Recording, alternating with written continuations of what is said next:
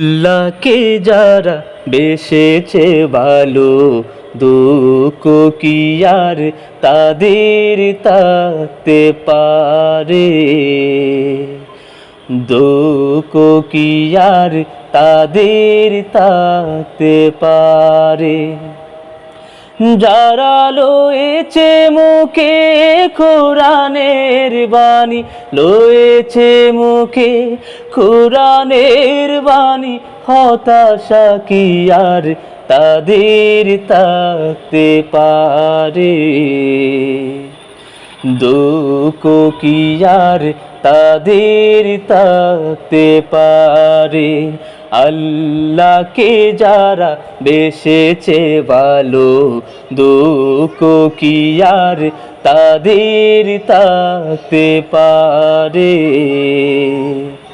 দুঃখ কি আর তাদের থাকতে পারে?